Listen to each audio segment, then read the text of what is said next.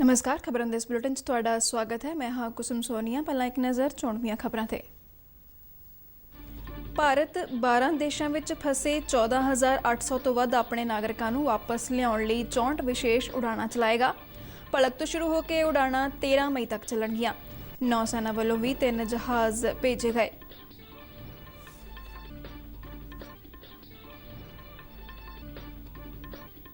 ਕੇਂਦਰੀ ਗ੍ਰਹਿ ਮੰਤਰਾਲੇ ਨੇ ਵਿਦੇਸ਼ਾਂ ਵਿੱਚ ਫਸੇ ਭਾਰਤੀ ਨਾਗਰਿਕਾਂ ਦੀ ਵਤਨ ਵਾਪਸੀ ਲਈ ਦਿਸ਼ਾ ਨਿਰਦੇਸ਼ ਜਾਰੀ ਕੀਤੇ। ਸਰਕਾਰ ਨੇ ਸਾਰੇ ਵੀਜ਼ੇ ਕੀਤੇ ਮੁਅੱਤਲ। OCI ਕਾਰਡ ਧਾਰਕਾਂ ਦੀ ਯਾਤਰਾ ਤੇ ਵੀ ਪਾਬੰਦੀ ਲਾਈ।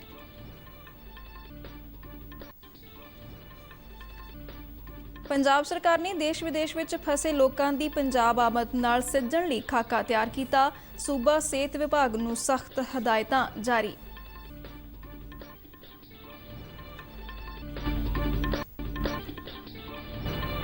ਪੰਜਾਬ ਵਿੱਚ ਕੋਰੋਨਾ ਵਾਇਰਸ ਦੇ ਪੋਜ਼ਿਟਿਵ ਮਾਮਲੇ ਵਧੇ। ਸੂਬਾ ਸਰਕਾਰ ਦਾ ਮੰਨਣਾ ਕਿ ਬਾਹਰੀ ਸੂਬਿਆਂ ਤੋਂ ਆਉਣ ਵਾਲੇ ਲੋਕਾਂ ਦੀਆਂ ਰਿਪੋਰਟਾਂ ਪੋਜ਼ਿਟਿਵ ਆਉਣ ਕਾਰਨ ਅਚਾਨਕ ਕੇਸਾਂ 'ਚ ਹੋਇਆ ਵਾਧਾ।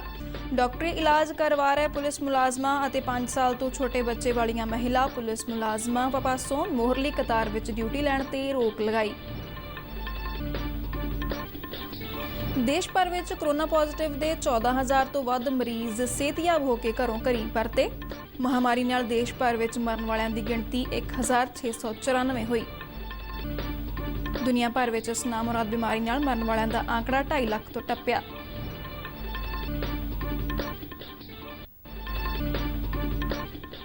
ਸਰਕਾਰ ਵੱਲੋਂ ਲਾਕਡਾਊਨ ਦੌਰਾਨ ਸੂਬਿਆਂ ਤੇ ਕੇਂਦਰ ਸ਼ਾਸਿਤ ਪ੍ਰਦੇਸ਼ਾਂ ਤੋਂ 137 ਲੱਖ ਟਨ ਤੋਂ ਵੱਧ ਅਨਾਜ ਦੀ ਢੋਆ ਢੁਆਈ ਕੀਤੀ ਗਈ। ਗਰੀਬ ਕਲਿਆਣ ਅੰਨ ਯੋਜਨਾ ਤਹਿਤ ਹੁਣ ਤੱਕ 59 ਲੱਖ ਟਨ ਤੋਂ ਵੱਧ ਚੌਲ ਅਤੇ 6 ਲੱਖ ਟਨ ਤੋਂ ਵੱਧ ਕਣਕ ਵੀ ਸੂਬੇ ਅਤੇ ਕੇਂਦਰ ਸ਼ਾਸਿਤ ਪ੍ਰਦੇਸ਼ਾਂ ਨੂੰ ਚੁਕਾਈ ਗਈ।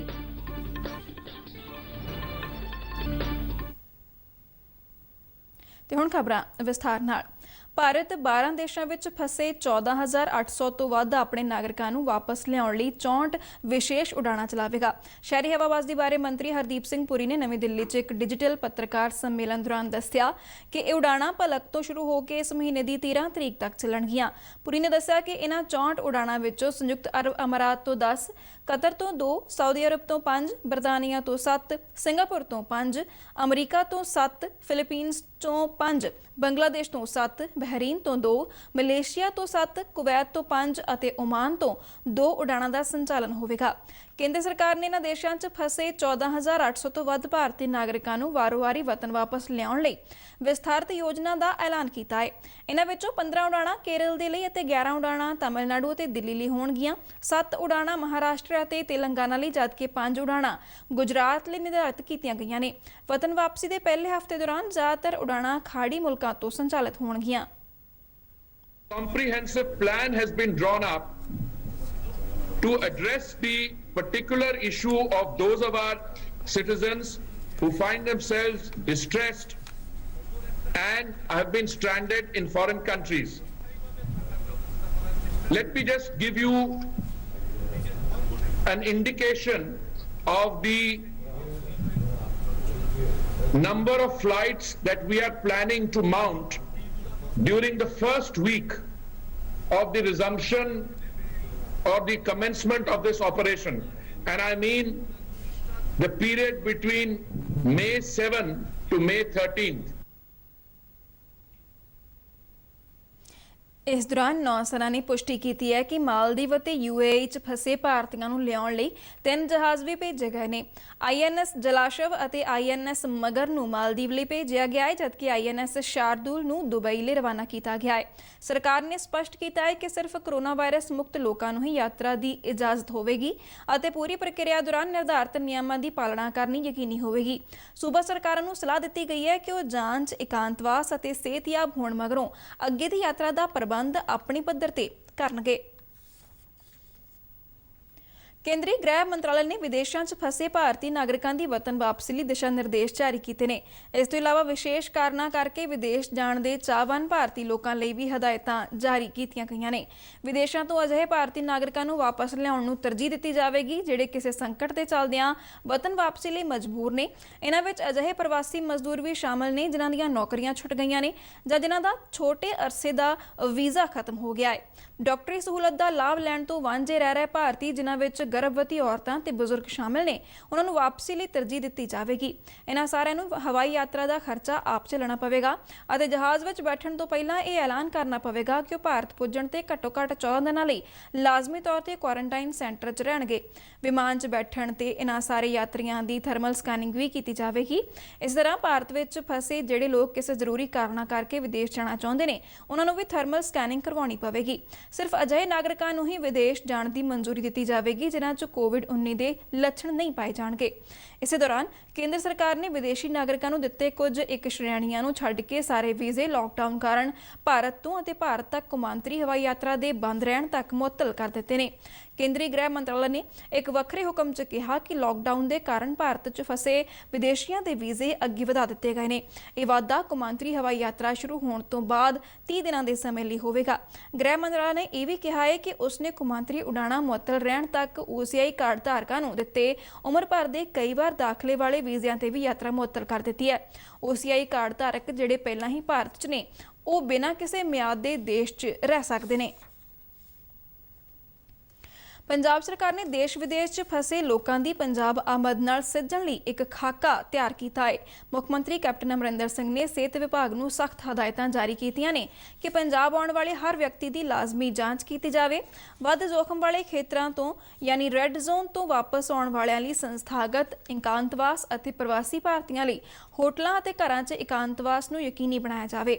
ਸਰਕਾਰ ਨੇ ਲੋੜ ਪੈਣ ਤੇ ਸੂਬੇ ਦੀਆਂ ਯੂਨੀਵਰਸਿਟੀਆਂ ਤੇ ਲੈਬੋਰਟਰੀਆਂ ਨੂੰ ਵੀ ਜਾਂਚ ਦੇ ਕੰਮ 'ਚ ਸ਼ਾਮਲ ਕਰਨ ਜਾਂ ਇਕਾਂਤਵਾਸ ਕੇਂਦਰਾਂ ਵਜੋਂ ਵਰਤਣ ਲਈ ਤਿਆਰ ਰੱਖਣ ਲਈ ਕਿਹਾ ਹੈ। ਸਿਹਤ ਅਤੇ ਮੈਡੀਕਲ ਮਾਹਰਾਂ ਨਾਲ ਚੰਡੀਗੜ੍ਹ ਤੋਂ ਵੀਡੀਓ ਕਾਨਫਰੰਸਿੰਗ ਰਾਹੀਂ ਗੱਲਬਾਤ ਕਰਦਿਆਂ ਇਹ ਫੈਸਲੇ ਲਏ ਗਏ। ਮੁੱਖ ਮੰਤਰੀ ਨੇ ਲੈਵਲ 1 ਤੇ ਲੈਵਲ 2 ਦੀਆਂ ਤਿਆਰੀਆਂ ਦਾ ਫੌਰੀ ਆਡਿਟ ਕਰਵਾਉਣ ਦੇ ਵੀ ਹੁਕਮ ਦਿੱਤੇ ਨੇ। ਮੁੱਖ ਮੰਤਰੀ ਨੇ ਸੂਬਾ ਸਰਕਾਰ ਦੇ ਖਰਚੇ ਤੇ ਖੁੱਲੀ ਮਾਰਕੀਟ ਵਿੱਚੋਂ ਟੈਸਟਿੰਗ ਦੀ ਵਰਤੋਂ ਲਈ ਕਿੱਟਾਂ ਖਰੀਦਣ ਦੇ ਵੀ ਨਿਰਦੇਸ਼ ਜਾਰੀ ਕੀਤੇ ਨੇ। ਇਸੇ ਤਰ੍ਹਾਂ ਡਿਪਟੀ ਕਮਿਸ਼ਨਰਾਂ ਨੂੰ ਇਕਾਂਤਵਾਸ ਕੇਂਦਰ ਵਜੋਂ ਵਰਤਣ ਲਈ ਪ੍ਰਾਈਵੇਟ ਹੋਟਲਾਂ ਦੀ ਸ਼ਨਾਖਤ ਕਰਕੇ ਸੂਚੀ ਤਿਆਰ ਕਰਨ ਲਈ ਆਖਿਆ ਗਿਆ ਹੈ। ਇਸ ਦੌਰਾਨ ਪੰਜਾਬ ਸਰਕਾਰ ਨੇ ਆਪਣੇ ਕਰਮਚਾਰੀਆਂ ਦੀ ਸੁਰੱਖਿਆ ਤੇ ਤੰਦਰੁਸਤੀ ਨੂੰ ਯਕੀਨੀ ਬਣਾਉਣ ਲਈ ਦਿਸ਼ਾ ਨਿਰਦੇਸ਼ ਜਾਰੀ ਕੀਤੇ ਨੇ। ਕੋਵਿਡ-19 ਮਹਾਮਾਰੀ ਦੇ ਚੱਲਦਿਆਂ ਸਰਕਾਰੀ ਦਫ਼ਤਰਾਂ 'ਚ ਸੁਰੱਖਿਅਤ ਕੰਮਕਾਰ ਲਈ ਪ੍ਰੋਟੋਕਾਲ ਅਤੇ ਮੁਲਾਜ਼ਮਾਂ ਦੀ ਲਗਾਤਾਰ ਸਿਹਤ ਦੀ ਨਿਗਰਾਨੀ ਕਰਨ ਲਈ ਹਰੇਕ ਵਿਭਾਗ 'ਚ ਨੋਡਲ ਅਫਸਰ ਤੈਨਾਤ ਕੀਤੇ ਗਏ ਨੇ। ਚੰਡੀਗੜ੍ਹ 'ਚ ਇੱਕ ਸਰਕਾਰੀ ਬੁਲਾਰੇ ਨੇ ਇਹ ਜਾਣਕਾਰੀ ਦਿੰਦਿਆਂ ਦੱਸਿਆ ਕਿ ਸਾਰੇ ਦਫ਼ਤਰਾਂ 'ਚ ਕੰਮ ਕਰਨ ਵਾਲੇ ਮੁਲਾਜ਼ਮਾਂ ਦਰਮਿਆਨ ਘੱਟੋ-ਘੱਟ 2 ਮੀਟਰ ਦੀ ਦੂਰੀ ਤੇ ਬੈਠ ਕੇ ਕੰਮ ਕਰਨ ਦੇ ਪ੍ਰਬੰਧਾਂ ਨੂੰ ਯਕੀਨੀ ਬਣਾਇਆ ਜਾਵੇ। ਨੋਡਲ ਅਧਿਕਾਰੀ ਆਪਣੀ ਰਿਪੋਰਟ ਦਫ਼ਤਰ ਮੁਖੀ ਨੂੰ ਸੌਂਪਣਗੇ। ਬੁਲਾਰੇ ਨੇ ਦੱਸਿਆ ਕਿ ਦਫ਼ਤਰ ਮੁਖੀ ਦਫ਼ਤਰ 'ਚ ਆਉਣ ਵਾਲੇ ਹਰ ਕਰਮਚਾਰੀ ਅਤੇ ਮੁਲਾਜ਼ਮ ਵੱਲੋਂ ਇਸਤੇਮਾਲ ਕੀਤੀ ਗਈ ਹਰੇਕ ਫਾਈਲ ਅਤੇ ਚਿੱਠੀ ਪੱਤਰ ਦਾ ਰਿਕਾਰਡ ਵੀ ਆਪਣੇ ਕੋਲ ਰੱਖੇਗਾ। ਮੁੱਖ ਮੰਤਰੀ ਕੈਪਟਨ ਅਮਰਿੰਦਰ ਸਿੰਘ ਦੀ ਅਗਵਾਈ ਹੇਠ ਪੰਜਾਬ ਸਰਕਾਰ ਵੱਲੋਂ ਪਹਿਲੇ ਗੇੜ 'ਚ ਪ੍ਰਵਾਸੀ ਮਜ਼ਦੂਰਾਂ ਨੂੰ ਉਹਨਾਂ ਦੇ ਸੂਬਿਆਂ 'ਚ ਭੇਜਣ ਲਈ ਭਾਰਤੀ ਰੇਲ ਵੱਲੋਂ ਤੈਅ ਰੇਲ ਆਵਾਜਾਈ ਦੀ ਲਾਗਤ ਦੇ ਆਪਣੇ ਹਿੱਸੇ ਵਜੋਂ 35 ਕਰੋੜ ਰੁਪਏ ਦੀ ਪ੍ਰਵਾਨਗੀ ਦੇ ਦਿੱਤੀ ਗਈ ਹੈ। ਰੇਲਵੇ ਵੱਲੋਂ ਚਲਾਈਆਂ ਗਈਆਂ ਵਿਸ਼ੇਸ਼ ਸ਼੍ਰਮਿਕ ਐਕਸਪ੍ਰੈਸ ਗੱਡੀਆਂ ਦਾ 85% ਕਿਰਾਇਆ ਆਪ ਭੁਗਤਿਆ ਜਾਵੇਗਾ, ਜਦਕਿ ਸੰਬੰਧਿਤ ਸੂਬਿਆਂ ਦੀਆਂ ਸਰਕਾਰਾਂ ਵੱਲੋਂ ਸਿਰਫ 15% ਕਿਰਾਏ ਦਾ ਭੁਗਤਾਨ ਹੀ ਆਪਣੇ ਵੱਲੋਂ ਕੀਤਾ ਜਾ ਰਿਹਾ ਹੈ। ਪੰਜਾਬ ਦੇ ਜਲੰਧਰ ਤੋਂ ਕੱਲ ਝਾਰਖੰਡ ਦੇ ਦਾਲਤੋਗੰਜ ਲਈ 1200 ਮਜ਼ਦੂਰਾਂ ਨੂੰ ਲੈ ਕੇ ਅਜਿਹੀ ਪਹਿਲੀ ਸ਼੍ਰਮਿਕ ਐਕਸਪ੍ਰੈਸ ਰਵਾਨਾ ਹੋਈ। ਸੂਬਾ ਸਰਕਾਰ ਦੇ ਅੰਦਾਜ਼ੇ ਮੁਤਾਬਿਕ ਪੰਜਾਬ ਤੋਂ 5 ਤੋਂ 6 ਲੱਖ ਪ੍ਰਵਾਸੀ ਮਜ਼ਦੂਰ ਆਪਣੇ ਸੂਬਿਆਂ ਨੂੰ ਪਰਤਣ ਲਈ ਰੇਲ ਸਹੂਲਤ ਦਾ ਲਾਭ ਲੈਣਗੇ, ਜਦਕਿ ਬਾਕੀ ਸੜਕੀ ਆਵਾਜਾਈ ਸਾਧਨਾਂ ਰਾਹੀਂ ਜਾਣਗੇ। ਪੰਜਾਬ ਸਰਕਾਰ ਦੇ ਬੁਲਾਰੇ ਮੁਤਾਬਿਕ ਪ੍ਰਵਾਨ ਕੀਤੀ ਗਈ ਰਕਮ ਦਾ 25% ਫੌਰੀ ਤੌਰ ਤੇ ਜ਼ਿਲ੍ਹਿਆਂ ਦੇ ਡਿਪਟੀ ਕਮਿਸ਼ਨਰਾਂ ਨੂੰ ਟ੍ਰਾਂਸਫਰ ਕਰ ਦਿੱਤਾ ਗਿਆ ਹੈ, ਜਿਨ੍ਹਾਂ ਨੂੰ ਰੇਲਵੇ ਨੂੰ ਸਿੱਧੀ ਅਦਾਇਗੀ ਕਰਕੇ ਰਜਿਸਟਰਡ ਯਾਤਰੀਆਂ ਲਈ ਟਿਕਟਾਂ ਮੁਹੱਈਆ ਕਰਵਾਉਣ ਲਈ ਅਧਿਕਾਰਤ ਕੀਤਾ ਗਿਆ ਹੈ। ਉਹ ਸਾਰੇ ਮਜ਼ਦੂਰ ਜਿਹੜੇ ਆਪਣੇ ਘਰਾਂ ਨੂੰ ਵਾਪਸ ਜਾਣਾ ਚਾਹੁੰਦੇ ਨੇ ਉਹਨਾਂ ਦੇ ਨਾਂ ਸੂਬੇ ਦੇ ਪੋਰਟਲ ਤੇ ਦਰਜ ਕੀਤੇ ਗਏ ਨੇ ਤੇ ਹੋਰ ਸੰਬੰਧਿਤ ਵੇਰਵਿਆਂ ਨਾਲ ਰੇਲ ਗੱਡੀਆਂ ਦੀ ਸਮਾਂ ਸਾਰਣੀ ਬਾਰੇ ਰਜਿਸਟਰਡ ਮਜ਼ਦੂਰਾਂ ਨੂੰ SMS ਰਾਹੀਂ ਸੂਚਿਤ ਕੀਤਾ ਜਾ ਰਿਹਾ ਹੈ। ਉਪਲਬਧ ਅੰਕੜਿਆਂ ਮੁਤਾਬਕ ਆਪਣੇ ਜੱਦੀ ਸੂਬਿਆਂ ਨੂੰ ਵਾਪਸ ਪਰਤਣ ਦੇ ਇੱਛੁਕ 6,44,000 ਤੋਂ ਵੱਧ ਪ੍ਰਵਾਸੀ ਕਾਮਿਆਂ ਵੱਲੋਂ ਸੂਬਾ ਸਰਕਾਰ ਦੀ ਵਿਸ਼ੇਸ਼ ਪੋਰਟਲ ਤੇ ਰਜਿਸਟ੍ਰੇਸ਼ਨ ਕੀਤੀ ਗਈ ਹੈ। ਜਲੰਧਰ ਸ਼ਹਿਰ ਦੇ ਰੇਲਵੇ ਸਟੇਸ਼ਨ ਤੋਂ ਅੱਜ ਸਵੇਰੇ ਲਖਨਊ ਲਈ ਇੱਕ ਹੋਰ ਸ਼੍ਰਮਿਕ ਐਕਸਪ੍ਰੈਸ ਰਵਾਨਾ ਹੋਈ। ਪਿਛਲੇ 24 ਘੰਟਿਆਂ ਦੌਰਾਨ ਅਜਿਹੀ ਤੀਜੀ ਗੱਡੀ ਜਲੰਧਰ ਤੋਂ ਰਵਾਨਾ ਹੋਈ ਹੈ। ਇਹਨਾਂ 'ਚੋਂ ਪਹਿਲੀ ਟ੍ਰੇਨ ਝਾਰਖੰਡ ਦੇ ਦਾਲਤੋਗੰਜ ਲਈ ਰਵਾਨਾ ਹੋਈ ਸੀ। ਦੂਜੀ ਗੱਡੀ ਰਾਹੀਂ ਉੱਤਰ ਪ੍ਰਦੇਸ਼ ਦੇ ਗਾਜ਼ੀਪੁਰ ਅਤੇ ਬਨਾਰਸ ਨਾਲ ਸੰਬੰਧਿਤ ਯਾਤਰੀਆਂ ਨੂੰ ਭੇਜਿਆ ਗਿਆ। ਜਲੰਧਰ ਦੇ ਡਿਪਟੀ ਕਮਿਸ਼ਨਰ ਵਰਿੰਦਰ ਕੁਮਾਰ ਸ਼ਰਮਾ ਤੇ ਪੁਲਿਸ ਕਮਿਸ਼ਨਰ ਗੁਰਪ੍ਰੀਤ ਸਿੰਘ ਭੁੱਲਰ ਦੀ ਅਗਵਾਈ ਹੇਠ ਇਹਨਾਂ ਟ੍ਰੇਨਾਂ ਨੂੰ ਭੇਜਣ ਲਈ ਪੁਖਤਾ ਪ੍ਰਬੰਧ ਕੀਤੇ ਗਏ ਸਨ। ਇਹਨਾਂ 'ਚ ਸਫ਼ਰ ਕਰਨ ਵਾਲੇ ਯਾਤਰੀਆਂ ਦੀ ਰੇਲਵੇ ਸਟੇਸ਼ਨ ਪੁੱਜਣ ਤੋਂ ਪਹਿਲਾਂ ਵੱਖ-ਵੱਖ ਥਾਵਾਂ ਤੇ ਡਾਕਟਰੀ ਜਾਂਚ ਕੀਤੀ ਗਈ ਸੀ। ਸਿਰਫ ਉਹਨਾਂ ਯਾਤਰੀਆਂ ਨੂੰ ਹੀ ਸਫ਼ਰ ਕਰਨ ਦੀ ਇਜਾਜ਼ਤ ਮਿਲੀ ਜਿਹੜੇ ਸਿਹਤ ਪੱਖੋਂ ਨੰਬਰ 9 ਸਨ। ਇਸ ਯਾਤਰਾ ਲਈ ਪ੍ਰਵਾਸੀ ਮਜ਼ਦੂਰਾਂ ਦੇ ਕਿਰਾਏ ਤੇ ਖਰਚ ਹੋਈਆਂ 5,22,000 ਰੁਪਏ ਦੀਆਂ ਰਕਮਾਂ ਸੂਬਾ ਸਰਕਾਰ ਵੱਲੋਂ ਜਾਰੀ ਕੀਤੀਆਂ ਗਈਆਂ ਸਨ। ਪੰਜਾਬ ਵਿੱਚ ਕੋਰੋਨਾ ਵਾਇਰਸ ਦਾ ਕਹਿਰ ਜਾਰੀ ਹੈ। ਪਿਛਲੇ ਕਈ ਦਿਨਾਂ ਤੋਂ ਕੋਰੋਨਾ ਪੋਜ਼ਿਟਿਵ ਦੇ ਮਾਮਲਿਆਂ 'ਚ ਲਗਾਤਾਰ ਵੱਡਾ ਵਾਧਾ ਵੇਖਣ ਨੂੰ ਮਿਲ ਰਿਹਾ ਹੈ। ਸੂਬਾ ਸਿਹਤ ਮਹਿਕਮੇ ਵੱਲੋਂ ਕੱਲ੍ਹ ਜਾਰੀ ਬੁਲੇਟਿਨ ਮੁਤਾਬਕ 219 ਕੋਰੋਨਾ ਪੋਜ਼ਿਟਿਵ ਮਾਮਲੇ ਸਾਹਮਣੇ ਆਉਣ ਨਾਲ ਸੂਬੇ 'ਚ ਪੋਜ਼ਿਟਿਵ ਮਾਮਲਿਆਂ ਦਾ ਆંકੜਾ 1451 ਤੱਕ ਪਹੁੰਚ ਗਿਆ ਹੈ। ਇਸ ਮਹਾਮਾਰੀ ਨਾਲ ਮਰਨ ਵਾਲਿਆਂ ਦੀ ਗਿਣਤੀ ਵੀ 25 ਤੱਕ ਪਹੁੰਚ ਗਈ ਹੈ। ਹੁਣ ਤੱਕ ਇਸ ਨਾਮੁਰਾਦ ਬਿਮਾਰੀ ਤੋਂ ਨਿਜਾਤ ਪਾ ਕੇ 133 ਮਰੀਜ਼ ਸਿਹਤਯਾਬ ਹੋਣ ਮਗਰੋਂ ਆਪੋ ਆਪਣੇ ਘਰ ਪਰਤੇ ਨੇ। ਕੱਲ੍ਹ ਦੇਰ ਸ਼ਾਮ ਹੋਰ 23 ਮਾਮਲੇ ਸਾਹਮਣੇ ਆਉਣ ਨਾਲ ਕੁੱਲ ਪੋਜ਼ਿਟਿਵ ਮਾਮਲਿਆਂ ਦਾ ਆંકੜਾ 1492 ਤੱਕ ਪਹੁੰਚ ਗਿਆ। ਸੂਬੇ ਦੇ ਸਿਹਤ ਮੰਤਰੀ ਬਲਬੀਰ ਸਿੰਘ ਸਿੱਧੂ ਦਾ ਕਹਿਣਾ ਹੈ ਕਿ ਬਾਹਰੀ ਸੂਬਿਆਂ ਤੋਂ ਆਉਣ ਵਾਲੇ ਲੋਕਾਂ ਦੀਆਂ ਰਿਪੋਰਟਾਂ ਵੱਡੀ ਗਿਣਤੀ 'ਚ ਪੋਜ਼ਿਟਿਵ ਪਾਈਆਂ ਜਾ ਰਹੀਆਂ ਨੇ, ਜਿਸ ਨਾਲ ਪੰਜਾਬ 'ਚ ਅਚਾਨਕ ਕੇਸਾਂ 'ਚ ਵੱਡਾ ਵਾਧਾ ਵੇਖਣ ਨੂੰ ਮਿਲਿਆ ਹੈ। ਉਹਨਾਂ ਕਿਹਾ ਕਿ ਸਰਕਾਰ ਸਥਿਤੀ ਨੂੰ ਕਾਬੂ ਹੇਠ ਰੱਖਣ ਲਈ ਹਰ ਸੰਭਵ ਉਪਰਾਲਾ ਕਰ ਰਹੀ ਹੈ ਅਤੇ ਹਰ ਜ਼ਿਲ੍ਹੇ ਤੋਂ ਆ ਰਹੇ ਕੇਸਾਂ ਅਤੇ ਉੱਥੋਂ ਦੇ ਪ੍ਰਬੰਧਾਂ ਬਾਰੇ ਪੂਰੀ ਰਿਪੋਰਟ ਰੱਖੀ ਜਾ ਰਹੀ ਹੈ। ਸਰਕਾਰ ਬੁਲੇਟਿਨ ਮੁਤਾਬਕ ਕੱਲ ਗੁਰਦਾਸਪੁਰ 'ਚ 48, ਤਰਨਤਾਰਨ 'ਚ 47 ਮਾਮਲੇ ਸਾਹਮਣੇ ਆਏ। ਫਾਜ਼ਿਲਕਾ 34, ਫਰੀਦਕੋਟ 27, ਸੰਗਰੂਰ 22, ਮੁਕਤਸਰ 15, ਲੁਧਿਆਣਾ 14, ਜਲੰਧਰ 6, ਕਪੂਰਥਲਾ 'ਚ 5 ਅਤੇ ਪਟਿਆਲਾ 'ਚ 1 ਪੋਜ਼ਿਟਿਵ ਮਾਮਲਾ ਸਾਹਮਣੇ ਆਇਆ ਹੈ। ਆંકੜਿਆਂ ਮੁਤਾਬਕ ਅੰਮ੍ਰਿਤਸਰ 'ਚ ਕੋਰੋਨਾ ਪੋਜ਼ਿਟਿਵ ਦੇ 227 ਮਾਮਲਿਆਂ ਦੀ ਪੁਸ਼ਟੀ ਹੋਈ ਹੈ। ਜਲੰਧਰ 'ਚ 136, ਲੁਧਿਆਣਾ 'ਚ 124, ਮੁਹਾਲੀ 95, ਪਟਿਆਲਾ 92, ਸੰਗਰੂਰ 'ਚ 91, ਹੁਸ਼ਿਆਰਪੁਰ 88, ਤਰਨਤਾਰਨ 87, ਨਵਾਂਸ਼ਹਿਰ 'ਚ 86, ਗੁਰਦਾਸਪੁਰ 85, ਮੁਕਤਸਰ 65, ਫਰੀਦਕੋਟ 44, ਫਿਰੋਜ਼ਪੁਰ 42, ਫਾਜ਼ਿਲਕਾ 'ਚ 40, ਮੋਗਾ 39, ਬਠਿੰਡਾ 36, ਪਠਾਨਕੋਟ 27, ਮਾਨਸਾ ਤੇ ਬਰਨਾਲਾ 'ਚ 19, ਕਪੂਰਥਲਾ ਤੇ ਫਤਿਹਗੜ੍ਹ ਸਾਹਿਬ 'ਚ 17 ਤੇ ਰੋਪੜ 'ਚ 16 ਕੋਰੋਨਾ ਪੋਜ਼ਿਟਿਵ ਮਾਮਲੇ ਦਰਜ ਕੀਤੇ ਗਏ ਨੇ। ਪੰਜਾਬ ਵਿੱਚ ਹੁਣ ਤੱਕ ਕੋਰੋਨਾ ਵਾਇਰਸ ਦੀ ਜਾਂਚ ਲਈ 30,199 ਨਮੂਨੇ ਲਏ ਗਏ ਨੇ, ਜਿਨ੍ਹਾਂ 'ਚੋਂ 23,352 ਮਾਮਲਿਆਂ 'ਚ ਰਿਪੋਰਟ ਨੈਗੇਟਿਵ ਆਈ ਤੇ 5,396 ਨਮੂਨਿਆਂ ਦੀ ਰਿਪੋਰਟ ਆਉਣੀ ਅਜੇ ਬਾਕੀ ਹੈ। ਪੰਜਾਬ ਦੇ ਪੁਲਿਸ ਮੁਖੀ ਦਿਨਕਰ ਗੁਪਤਾ ਨੇ ਪੁਲਿਸ ਮੁਲਾਜ਼ਮਾਂ ਨੂੰ ਕੋਵਿਡ-19 ਦੇ ਬੇਲੋੜੇ ਖਤਰੇ ਤੋਂ ਬਚਾਉਣ ਲਈ ਕਿਸੇ ਵੀ ਤਰ੍ਹਾਂ ਦਾ ਡਾਕਟਰੀ ਇਲਾਜ ਕਰਵਾ ਰਹੇ ਮੁਲਾਜ਼ਮਾਂ ਤੇ 5 ਸਾਲ ਤੋਂ ਛੋਟੇ ਬੱਚਿਆਂ ਵਾਲੀਆਂ ਮਹਿਲਾ ਮੁਲਾਜ਼ਮਾਂ ਨੂੰ ਮੋਰਲੀ ਕਤਾਰ 'ਚ ਡਿਊਟੀ ਕਰਨ ਤੋਂ ਮਨਾ ਕਰ ਦਿੱਤਾ ਹੈ। ਸੂਬਾ ਪੁਲਿਸ ਮੁਖੀ ਨੇ ਚੰਡੀਗੜ੍ਹ 'ਚ ਇਹ ਜਾਣਕਾਰੀ ਦਿੰਦਿਆਂ ਦੱਸਿਆ ਕਿ ਇਹ ਫੈਸਲਾ ਮੁੱਖ ਮੰਤਰੀ ਕੈਪਟਨ ਅਮਰਿੰਦਰ ਸਿੰਘ ਦੀ ਮਨਜ਼ੂਰੀ ਨਾਲ ਲਿਆ ਗਿਆ ਹੈ। ਗੁਪਤਾ ਨੇ ਦੱਸਿਆ ਕਿ ਸੂਬੇ 'ਚ ਕਰਫਿਊ ਲਾਗੂ ਕਰਾਉਣ ਅਤੇ ਰਾਹਤ ਕਾਰਜਾਂ 'ਚ ਸਹਿਯੋਗ ਦੇਣ ਲਈ 48,000 ਦੇ ਕਰੀਬ ਪੁਲਿਸ ਮੁਲਾਜ਼ਮ ਆਪਣੀਆਂ ਸੇਵਾਵਾਂ ਦੇ ਰਹੇ ਨੇ। ਉਹਨਾਂ ਦੱਸਿਆ ਕਿ ਪੁਲਿਸ ਮਹਿਕਮੇ ਵੱਲੋਂ 20 ਅਪ੍ਰੈਲ ਤੋਂ ਸ਼ੁਰੂ ਕੀਤੀ ਗਈ ਟੈਲੀ ਕਾਉਂਸਲਿੰਗ ਸੇਵਾ ਤੇ ਪ੍ਰਤੀਕਰਮ ਮਿਲਣ ਮਗਰੋਂ ਇਹ ਫੈਸਲਾ ਲਿਆ ਗਿਆ ਹੈ। ਉਹਨਾਂ ਦੱਸਿਆ ਕਿ ਟੈਲੀ ਕਾਉਂਸਲਿੰਗ ਦੌਰਾਨ ਅਜਿਹੇ ਬਹੁਤ ਸਾਰੇ ਫੋਨ ਆਏ ਜਿਸ ਵਿੱਚ ਮਹਿਲਾ ਪੁਲਿਸ ਮੁਲਾਜ਼ਮਾਂ ਦੀ ਸਿਹਤ ਅਤੇ ਉਹਨਾਂ ਦੇ ਛੋਟੇ ਬੱਚਿਆਂ ਦੀ ਸਿਹਤ ਵਰਗੇ ਮੁੱਦੇ ਮੁੱਖ ਤੌਰ ਤੇ ਚੁੱਕੇ ਗਏ। ਸੂਬਾ ਪੁਲਿਸ ਮੁਖੀ ਨੇ ਦੱਸਿਆ ਕਿ ਇਸ ਸੰਬੰਧੀ ਜ਼ਰੂਰੀ ਹਦਾਇਤਾਂ ਰੇਂਜਾਂ ਦੇ ਇੰਸਪੈਕਟਰ ਜਨਰਲ ਅਤੇ ਡਿਪਟੀ ਇੰਸਪੈਕਟਰ ਜਨਰਲ ਦੇ ਅਧਿਕਾਰੀਆਂ ਨੂੰ ਜਾਰੀ ਕਰ ਦਿੱਤੀਆਂ ਗਈਆਂ ਨੇ। ਕਮਿਸ਼ਨਰਾਂ ਅਤੇ ਐਸਐਸਪੀ ਪੱਧਰ ਤੇ ਪੁਲਿਸ ਮੁਲਾਜ਼ਮਾਂ ਦੇ ਪੁਰਾਣੇ ਡਾਕਟਰੀ ਮਾਮਲਿਆਂ ਦੀ ਘੋਖ ਕੀਤੀ ਜਾਵੇਗੀ, ਜਿਸ ਮਗਰੋਂ ਲੋੜ ਪੈਣ ਤੇ ਪਹਿਲਾਂ ਤੋਂ ਬਿਮਾਰ ਤੇ ਛੋਟੇ ਬੱਚਿਆਂ ਵਾਲੀਆਂ ਮਹਿਲਾ ਪੁਲਿਸ ਮੁਲਾਜ਼ਮਾਂ ਦੀਆਂ ਡਿਊਟੀਆਂ 'ਚ ਫੇਰਬਦਲ ਦਾ ਫੈਸਲਾ ਲਿਆ ਜਾਵੇਗਾ। ਦੇਸ਼ ਭਰ 'ਚ ਕੋਰੋਨਾ ਵਾਇਰਸ ਦਾ ਕਹਿਰ ਜਾਰੀ ਹੈ। ਲਾਕਡਾਊਨ ਦੇ ਬਾਵਜੂਦ ਇਹ ਵਾਇਰਸ ਤੇਜ਼ੀ ਨਾਲ ਫੈਲ ਰਿਹਾ ਹੈ। ਕੇਂਦਰੀ ਸਿਹਤ ਮੰਤਰਾਲਾ ਮੁਤਾਬਕ ਇਸ ਵਾਇਰਸ ਨਾਲ ਪ੍ਰਭਾਵਿਤ ਮਰੀਜ਼ਾਂ 'ਚੋਂ 14,182 ਮਰੀਜ਼ ਸਿਹਤਯਾਬ ਹੋ ਕੇ ਘਰੋਂ ਘਰੀ ਪਰਤ ਚੁੱਕੇ ਨੇ। ਇਸ ਮਹਾਮਾਰੀ ਨਾਲ ਹੁਣ ਤੱਕ 1,694 ਮੌਤਾਂ ਹੋਈਆਂ ਨੇ ਅਤੇ ਇਸ ਵੇਲੇ ਦੇਸ਼ ਵਿੱਚ ਕੋਰੋਨਾ ਪੋਜ਼ਿਟਿਵ ਦੇ 33,514 ਐਕਟਿਵ ਮਾਮਲੇ ਨੇ। ਉਂਝ ਦੇਸ਼ ਭਰ 'ਚ ਕੋਰੋਨਾ ਮਾਮਲਿਆਂ ਦੀ ਗਿਣਤੀ ਵੱਧ ਕੇ 49,391 ਤੱਕ ਪਹੁੰਚ ਗਈ ਹੈ। ਸਿਹਤ ਮੰਤਰਾਲਾ ਦੇ ਜੁਆਇੰਟ ਸਕੱਤਰ ਲਵ ਅਗਰਵਾਲ ਨੇ ਨਵੀਂ ਦਿੱਲੀ 'ਚ ਦੱਸਿਆ ਕਿ ਇਹ ਵਾਇਰਸ ਦੇਸ਼ ਦੇ 32 ਸੂਬਿਆਂ ਅਤੇ ਕੇਂਦਰ ਸ਼ਾਸਿਤ ਪ੍ਰਦੇਸ਼ਾਂ ਤੱਕ ਫੈਲ ਚੁੱਕਾ ਹੈ। ਉਹਨਾਂ ਮੰਨਿਆ ਕਿ ਕੁਝ ਸੂਬਿਆਂ ਤੋਂ ਦੇਰ ਨਾਲ ਰਿਪੋਰਟਾਂ ਆ ਰਹੀਆਂ ਨੇ, ਜਿਸ ਦੇ ਚੱਲਦਿਆਂ ਮੌਤ ਅਤੇ ਮਰੀਜ਼ਾਂ ਦੀ ਗਿਣਤੀ 'ਚ ਕਈ ਵਾਰ ਵੱਡਾ ਫਰਕ ਦੇਖਣ ਨੂੰ ਮਿਲਦਾ ਹੈ। ਉਹਨਾਂ ਕਿਹਾ ਕਿ ਕੋਰੋਨਾ ਵਾਇਰਸ ਨਾਲ ਨਜਿੱਠਣ ਲਈ ਲੜੀ ਜਾ ਰਹੀ ਲੜਾਈ ਫਿਲਹਾਲ ਕੰਟਰੋਲ 'ਚ ਹੈ ਅਤੇ ਜ਼ਮੀਨੀ ਪੱਧਰ ਤੇ ਕੁਝ ਸੂਬਿਆਂ ਵੱਲੋਂ ਵਰਤੀ ਜਾ ਰਹੀ ਢਿੱਲ ਸਦਕਾ ਦਿੱਕਤਾਂ ਆ ਰਹੀਆਂ ਨੇ। ਪਿਛਲੇ 24 ਘੰਟਿਆਂ ਦੌਰਾਨ ਹੋਈਆਂ ਮੌਤਾਂ 'ਚੋਂ ਸਭ ਤੋਂ ਵੱਧ 98 ਮੌਤਾਂ ਪੱਛਮੀ ਬੰਗਾਲ ਤੋਂ ਦਰਜ ਕੀਤੀਆਂ ਗਈਆਂ ਨੇ। ਉਹਨਾਂ ਦੱਸਿਆ ਕਿ ਸਰਕਾਰ ਵੱਲੋਂ ਕੋਰੋਨਾ ਵਾਇਰਸ ਨਾਲ ਨਜਿੱਠਣ ਲਈ ਹਰ ਸੰਭਵ ਉਪਰਾਲਾ ਕੀਤਾ ਜਾ ਰਿਹਾ ਹੈ। ਉਹਨਾਂ ਕਿਹਾ ਕਿ ਕੋਰੋਨਾ ਪੋਜ਼ਿਟਿਵ ਮਾਮਲਿਆਂ ਦੀ ਸ਼ਨਾਖਤ ਦੇ ਨਾਲ-ਨਾਲ ਉਹਨਾਂ ਦੇ ਸੰਪਰਕ 'ਚ ਆਏ ਲੋਕਾਂ ਦੀ ਭਾਲ ਵੱਲ ਵੀ ਵਿਸ਼ੇਸ਼ ਧਿਆਨ ਦਿੱਤਾ ਜਾ ਰਿਹਾ ਹੈ। 1.41 हो चुका है total 32,138 cases active medical supervision में हैं। पिछले 24 घंटे में 3,900 एडिशनल केसेस कंफर्म नोट किए गए हैं, जिसके कारण हमारी कुल कंफर्म केसेस की संख्या अब बढ़कर 46,433 हो चुकी है। पिछले 24 घंटे में भारत में कोविड-19 के कारण हुई डेथ में 195 केसेस का इंक्रीज नोट किया गया है, जिसके कारण कुल डेथ की संख्या अब बढ़कर 1,568 हो चुकी है। पिछले 24 घंटे में हमने कंफर्म केसेस और डेथ की संख्या में अब तक का हाईएस्ट इंक्रीज नोट किया है। हम एक इन्फेक्शियस डिजीज से डील कर रहे हैं, इसलिए timely reporting of cases and there management is very crucial.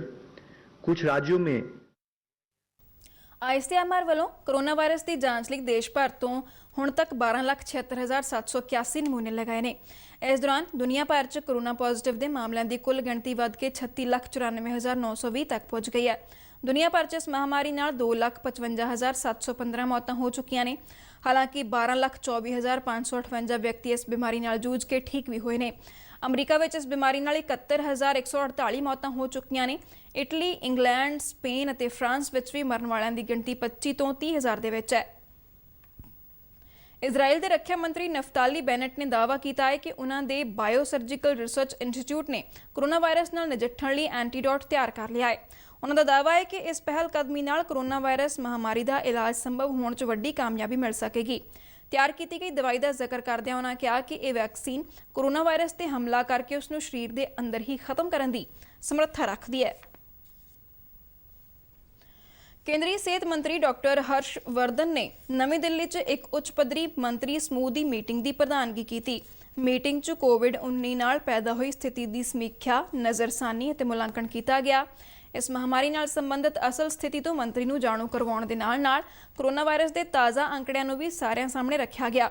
Meeting ਦੌਰਾਨ ਕੰਟੇਨਮੈਂਟ ਰਣਨੀਤੀ ਅਤੇ ਕੋਵਿਡ-19 ਦੇ ਪ੍ਰਬੰਧਨ ਲਈ ਕੀਤੇ ਜਾ ਰਹੇ ਉਪਰਾਲਿਆਂ ਤੇ ਵੀ ਵਿਚਾਰ ਵਟਾਂਦਰਾ ਕੀਤਾ ਗਿਆ।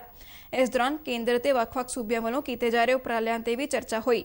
ਮੰਤਰੀ ਸਮੂਹ ਨੇ ਇਸ ਗੱਲ ਦੀ ਸ਼ਲਾਘਾ ਕੀਤੀ ਕਿ ਹੁਣ ਤੱਕ ਦੇਸ਼ 'ਚ ਕੋਰੋਨਾ ਮਹਾਮਾਰੀ ਨਾਲ ਮਰਨ ਵਾਲਿਆਂ ਦੀ ਦਰ ਤਕਰੀਬਨ 3.2% ਹੈ ਅਤੇ ਕੋਰੋਨਾ ਵਾਇਰਸ ਨਾਲ ਸੰਬੰਧਿਤ ਮਰੀਜ਼ਾਂ ਦੇ ਠੀਕ ਹੋਣ ਦੀ ਦਰ 25% ਤੋਂ ਵੱਧ ਹੈ। ਇਸ ਨੂੰ ਦੇਸ਼ 'ਚ ਲਾਕਡਾਊਨ ਦੇ ਨਾਲ ਕਲਸਟਰ ਪ੍ਰਬੰਧਨ ਅਤੇ ਕੰਟੇਨਮੈਂਟ ਰਣਨੀਤੀ ਦਾ ਇੱਕ ਚੰਗਾ ਅਸਰ ਮੰਨਿਆ ਜਾ ਰਿਹਾ ਹੈ। ਮੰਤਰੀ ਸਮੂਹ ਨੂੰ PPE ਕਿੱਟਾਂ, ਮਾਸਕ, ਵੈਂਟੀਲੇਟਰਾਂ ਦੀ ਗੁਣਵੱਤਾ ਬਰਕਰਾਰ ਰੱਖਣ ਲਈ ਸਖਤ ਉਪਾਅ ਕਰਨ ਦਾ ਸੁਝਾਅ ਦਿੱਤਾ ਗਿਆ। ਇਸ ਲਈ ਗੁਣਵੱਤਾ ਨਿਯਮਾਂ ਦੀ ਸਹੀ ਪਾਲਣਾ ਯਕੀਨੀ ਬਣਾਉਣ ਲਈ ਅਚਾਨਕ ਨਮੂਨਿਆਂ ਦੀ ਜਾਂਚ ਤੇ ਵੀ ਜ਼ੋਰ ਦਿੱਤਾ। ਮੰਤਰੀ ਸਮੂਹ ਨੇ ਮੰਤਰਾਲਿਆਂ ਅਤੇ ਅਧਿਕਾਰ ਪ੍ਰਾਪਤ ਸਮੂਹਾਂ ਦੇ ਕੰਮਕਾਰ ਤੇ ਵੀ ਤਸੱਲੀ ਪ੍ਰਗਟਾਈ। ਡਾਕਟਰ ਹਰਸ਼ ਵਰਧਨ ਨੇ ਕਿਹਾ ਕਿ ਤਕਨਾਲੋਜੀ ਦੀ ਵਰਤੋਂ ਕੰਟੇਨਮੈਂਟ ਰਣਨੀਤੀ ਦਾ ਇੱਕ ਅਹਿਮ ਹਿੱਸਾ ਹੈ, ਜਿਸ ਨਾਲ ਸੂਬਿਆਂ ਨੂੰ ਕੋਵਿਡ-19 ਤੇ ਜ਼ਿਆਦਾ ਅਸਰਦਾਰ ਢੰਗ ਨਾਲ ਪ੍ਰਬੰਧਨ 'ਚ ਸਹਾਇਤਾ ਮਿਲ ਰਹੀ ਹੈ। ਇਸ ਮੀਟਿੰਗ 'ਚ ਵਿਦੇਸ਼ ਮੰਤਰੀ ਡਾਕਟਰ ਐਸ ਜੈਸ਼ੰਕਰ, ਸ਼ਹਿਰੀ ਹਵਾਬਾਜ਼ੀ ਬਾਰੇ ਮੰਤਰੀ ਹਰਦੀਪ ਸਿੰਘ ਪੁਰੀ, ਕੇਂਦਰੀ ਗ੍ਰਹਿ ਰਾਜ ਮੰਤਰੀ ਨਿਤਿਆਨੰਦ ਰਾਏ ਅਤੇ ਸਿਹਤ ਰਾਜ ਮੰਤਰੀ ਅਸ਼ਵਨੀ ਕੁਮਾਰ ਚੌਬੇ ਸਮੇਤ chief of defence staff general Vipan Rawat ਅਤੇ ਹੋਰ ਸੀਨੀਅਰ ਅਧਿਕਾਰੀ ਵੀ ਹਾਜ਼ਰ ਸਨ। ਰੱਖਿਆ ਮੰਤਰੀ ਰਾਜਨਾਥ ਸਿੰਘ ਨੇ ਵੀਡੀਓ ਕਾਨਫਰੰਸਿੰਗ ਰਾਹੀਂ ਕੋਵਿਡ-19 ਦਾ ਮੁਕਾਬਲਾ ਕਰਨ ਵਿੱਚ ਰਾਸ਼ਟਰੀ ਕੈਡਿਟ ਕੋਰ ਯਾਨੀ NCC ਵੱਲੋਂ ਪਾਏ ਜਾ ਰਹੇ ਯੋਗਦਾਨ ਦੀ ਸ਼ਲਾਘਾ ਕੀਤੀ। ਰੱਖਿਆ ਮੰਤਰੀ ਨੇ ਬਾਜ਼ਾਰਾਂ ਵਿੱਚ ਸਮਾਜਿਕ ਦੂਰੀ ਨੂੰ ਯਕੀਨੀ ਬਣਾਉਣ, ਜ਼ਰੂਰੀ ਖੁਰਾਕੀ ਵਸਤਾਂ ਦੀ ਪੈਕਿੰਗ ਅਤੇ ਵੰਡ, ਮਾਸਕ ਬਣਾਉਣ ਸਮੇਤ ਆਵਾਜਾਈ ਦੇ ਨਿਰਵਿਘਨ ਸੰਚਾਲਨ ਵਰਗੇ ਵੱਖ-ਵੱਖ ਕਾਰਜਾਂ ਵਿੱਚ ਪ੍ਰਸ਼ਾਸਨ ਦਾ ਸਹਿਯੋਗ ਕਰਨ ਵਿੱਚ ਅਹਿਮ ਭੂਮਿਕਾ ਨਿਭਾਉਣ ਲਈ NCC ਦੇ ਕੈਡਿਟਾਂ ਦੀ ਸ਼ਲਾਘਾ ਕੀਤੀ। ਰੱਖਿਆ ਮੰਤਰੀ ਨੇ ਕਿਹਾ ਕਿ ਦੇਸ਼ ਇਸ ਵੇਲੇ ਚੁਣੌਤੀਪੂਰਨ ਸਮੇਂ ਵਿੱਚੋਂ ਲੰਘ ਰਿਹਾ ਹੈ। ਸਰਕਾਰ ਨੇ ਕੋਵਿਡ-19 ਮਹਾਮਾਰੀ ਨਾਲ ਨਜਿੱਠਣ ਲਈ ਪ੍ਰਧਾਨ ਮੰਤਰੀ ਨਰਿੰਦਰ ਮੋਦੀ ਦੀ ਅਗਵਾਈ ਵਿੱਚ ਕਈ ਕਾਰਗਰ ਉਪਾਅ ਕੀਤੇ। ਉਹਨਾਂ ਉਮੀਦ ਜਤਾਈ ਕਿ ਦੇਸ਼ ਇਸ ਸੰਕਟ ਵਿੱਚੋਂ ਜੇਤੂ ਹੋ ਕੇ ਨਿਕਲੇਗਾ। ਰੱਖਿਆ ਮੰਤਰੀ ਨੇ NCC ਡਾਇਰੈਕਟੋਰੇਟਾਂ ਦੀ ਅਹਿਮ ਭੂਮਿਕਾ ਦੀ ਸ਼ਲਾਘਾ ਕਰਦਿਆਂ ਕਿਹਾ ਕਿ NCC ਦੇ 60,000 ਤੋਂ ਵੱਧ ਕੈਡਿਟ ਕੋਰੋਨਾ ਵਾਇਰਸ ਨਾਲ ਨਜਿੱਠਣ ਲਈ ਜ਼ਿਲ੍ਹਾ ਪੱਧਰ ਤੱਕ ਪ੍ਰਸ਼ਾਸਨ ਦੀ ਸਹਾਇਤਾ ਕਰ ਰਹੇ ਨੇ। ਇਹਨਾਂ ਕੈਡਿਟਾਂ ਵਿੱਚੋਂ 25% ਕੁੜੀਆਂ ਨੇ। ਉਹਨਾਂ NCC ਕੈਡਿਟਾਂ ਦੀ ਸ਼ਲਾਘਾ ਕਰਦਿਆਂ ਕਿਹਾ ਕਿ ਕੈਡਿਟਾਂ ਨੂੰ ਅਜਿਹੇ ਕੰਮਾਂ ਲਈ ਤਾਇਨਾਤ ਕੀਤੇ ਜਾਣਾ ਇੱਕ ਸਿਖਲਾਈ ਹੈ। ਰੱਖਿਆ ਮੰਤਰੀ ਨੇ ਐਲਾਨ ਕੀਤਾ ਕਿ ਸਰਕਾਰ NCC ਦੇ ਵਿਸਥਾਰ ਲਈ ਵਚਨਬੱਧ ਹੈ। ਉਹਨਾਂ ਦੱਸਿਆ ਕਿ ਸਰਕਾਰ ਨੇ ਸਮੁੰਦਰੀ ਤੱਟਾਂ ਤੇ ਸਰਹੱਦੀ ਖੇਤਰਾਂ ਵਿੱਚ ਵੀ NCC ਦੇ ਵਿਸਥਾਰ ਦਾ ਫੈਸਲਾ ਲਿਆ ਹੈ। ਰੱਖਿਆ ਮੰਤਰੀ ਨੇ ਨਵੇਂ ਅਤੇ ਬਦਲਦੇ ਸਮੇਂ ਅਨੁਸਾਰ NCC ਦੇ ਆਧੁਨਿਕੀਕਰਨ ਤੇ ਵੀ ਜ਼ੋਰ ਦਿੱਤਾ। ਉਹਨਾਂ NCC ਦੀਆਂ ਸਰਗਰਮੀਆਂ ਨੂੰ ਕਾਲਜਾਂ ਤੇ ਯੂਨੀਵਰਸਿਟੀਆਂ ਦੇ ਸਿਸਟਮ ਪ੍ਰਣਾਲੀ ਅਨੁਸਾਰ ਤਿਆਰ ਕਰਨ ਦੀ ਲੋੜ ਤੇ ਜ਼ੋਰ ਦਿੱਤਾ। इस क्राइसिस में NCC कैडेट्स की और हमारे डायरेक्टरेट्स की जो भूमिका है उसकी मैं सराहना कर रहा हूँ और हमारे NCC कैडेट्स का जो बहुमूल्य योगदान है उस पर हमको पूरी तरह से नाज है। एनसीसी को हम लोग और आगे ले जाना चाहते हैं। हमारे प्रधानमंत्री जी की भी यही इच्छा है कि ये आगे जाना चाहिए और इस प्रयास में हम लोग लगे, इसका और एक्सपेंशन होना चाहिए। अब हम लोगों ने ये फैसला किया है कि एनसीसी यूनिट्स का कोस्टल और बॉर्डर के एरियाज में भी एक्सपेंशन होना चाहिए। ਮੀਟਿੰਗ ਵਿੱਚ ਰੱਖਿਆ ਸਕੱਤਰ ਡਾਕਟਰ ਅਜੇ ਕੁਮਾਰ ਤੇ ਐਨਸੀਸੀ ਦੇ director general lieutenant general Rajiv Chopra ਵੀ ਹਾਜ਼ਰ ਸਨ। ਸੁਪਰੀਮ ਕੋਰਟ ਨੇ ਕੋਰੋਨਾ ਸੰਕਟ ਦੇ ਦੌਰਾਨ ਸਾਰਿਆਂ ਲਈ ਭੋਜਨ ਯਕੀਨੀ ਕਰਵਾਉਣ ਲਈ ਕੇਂਦਰ ਅਤੇ ਸੂਬਿਆਂ ਨੂੰ ਹਦਾਇਤ ਜਾਰੀ ਕਰਨ ਸੰਬੰਧੀ ਪਟੀਸ਼ਨ ਨੂੰ ਖਾਰਜ ਕਰ ਦਿੱਤਾ ਹੈ। ਇਹ ਪਟੀਸ਼ਨ ਕਾਂਗਰਸ ਦੇ ਸੀਨੀਅਰ ਆਗੂ ਜੈਰਾਮ ਰਮੇਸ਼ ਵੱਲੋਂ ਦਾਇਰ ਕੀਤੀ ਗਈ ਸੀ। ਅਦਾਲਤ ਨੇ ਪਟੀਸ਼ਨ ਦਾਇਰ ਕਰਦਿਆਂ ਜੈਰਾਮ ਰਮੇਸ਼ ਨੂੰ ਹਦਾਇਤ ਕੀਤੀ ਕਿ ਉਹ ਇਸ ਸੰਬੰਧ 'ਚ ਕੇਂਦਰ ਸਰਕਾਰ ਨੂੰ ਅਪੀਲ ਕਰਨ। ਅਦਾਲਤ ਨੇ ਕਿਹਾ ਕਿ ਸਰਕਾਰਾਂ ਨੂੰ ਲਿਖਿਤ ਅਪੀਲ ਕੀਤੇ ਬਿਨਾਂ ਸੰਵਿਧਾਨ ਦੀ ਧਾਰਾ 32 ਤਹਿਤ ਸਿੱਧੇ ਸੁਪਰੀਮ ਕੋਰਟ 'ਚ ਪਟੀਸ਼ਨ ਦਾਇਰ ਕਰਨਾ ਠੀਕ ਨਹੀਂ ਹੈ। ਅਦਾਲਤ ਨੇ ਵੀਡੀਓ ਕਾਨਫਰੰਸਿੰਗ ਰਾਹੀਂ ਸੁਣਵਾਈ ਕਰਦਿਆਂ ਕਿਹਾ ਕਿ ਪਟੀਸ਼ਨ 'ਚ ਚੁੱਕੇ ਗਏ ਮੁੱਦੇ ਕੇਂਦਰ ਸਰਕਾਰ ਦੇ ਧਿਆਨ 'ਚ ਨਹੀਂ ਲਿਆਂਦੇ ਗਏ, ਇਸ ਲਈ ਪਟੀਸ਼ਨ ਦਾਇਰ ਕਰਨ ਵਾਲੇ ਨੂੰ ਪਹਿਲਾਂ ਇਹ ਮੁੱਦਾ ਕੇਂਦਰ ਸਰਕਾਰ ਦੇ ਧਿਆਨ 'ਚ ਲਿਆਉਣਾ ਚਾਹੀਦਾ ਹੈ। ਕੇਂਦਰ ਸਰਕਾਰ ਨੇ ਲਾਕਡਾਊਨ ਦੇ ਅਰਸੇ ਦੌਰਾਨ ਸੂਬਿਆਂ ਤੇ ਕੇਂਦਰ ਸ਼ਾਸਿਤ ਪ੍ਰਦੇਸ਼ਾਂ ਤੋਂ 137 ਲੱਖ ਟਨ ਤੋਂ ਵੱਧ ਅਨਾਜ ਚੁੱਕਿਆ ਤੇ ਉਸ ਦੀ ਢੋਆ ਢੁਆਈ ਕੀਤੀ ਹੈ। ਖਪਤਕਾਰ ਮਾਮਲਿਆਂ ਬਾਰੇ ਕੇਂਦਰੀ ਮੰਤਰੀ ਰਾਮ ਵਿਲਾਸ ਪਾਸਵਾਨ ਨੇ ਦੱਸਿਆ ਕਿ ਉੱਤਰ ਪੂਰਬੀ ਸੂਬਿਆਂ ਲਈ ਤਕਰੀਬਨ 6 ਲੱਖ ਟਨ ਅਨਾਜ ਭੇਜਿਆ ਗਿਆ ਹੈ। ਉਹਨਾਂ ਦੱਸਿਆ ਕਿ ਭਾਰਤੀ ਖੁਰਾਕ ਨਿਗਮ ਦੇ ਕੋਲ ਅਜੇ ਵੀ 276 ਲੱਖ ਟਨ ਤੋਂ ਵੱਧ ਚੌਲ ਤੇ 353 ਲੱਖ ਟਨ ਤੋਂ ਵੱਧ ਕਣਕ ਦਾ ਭੰਡਾਰ ਮੌਜੂਦ ਹੈ।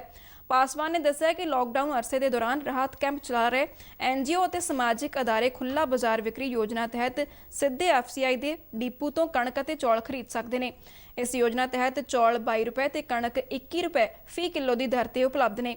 ਕੇਂਦਰੀ ਮੰਤਰੀ ਨੇ ਕਿਹਾ ਕਿ ਸੂਬਾ ਸਰਕਾਰਾਂ ਵੀ ਸਿੱਧੇ ਤੌਰ ਤੇ ਐਫਸੀਆਈ ਤੋਂ ਅਨਾਜ ਦੀ ਖਰੀਦ ਕਰ ਸਕਦੀ ਹੈ। ਕੇਂਦਰੀ ਮੰਤਰੀ ਨੇ ਦੱਸਿਆ ਕਿ ਗਰੀਬ ਕਲਿਆਣ ਅੰਨ ਯੋਜਨਾ ਤਹਿਤ ਅਗਲੇ 3 ਮਹੀਨਿਆਂ ਲਈ ਕੁੱਲ 104 ਲੱਖ ਟਨ ਚੌਲ ਤੇ 15 ਲੱਖ ਟਨ ਕਣਕ ਦੀ ਲੋੜ ਹੈ।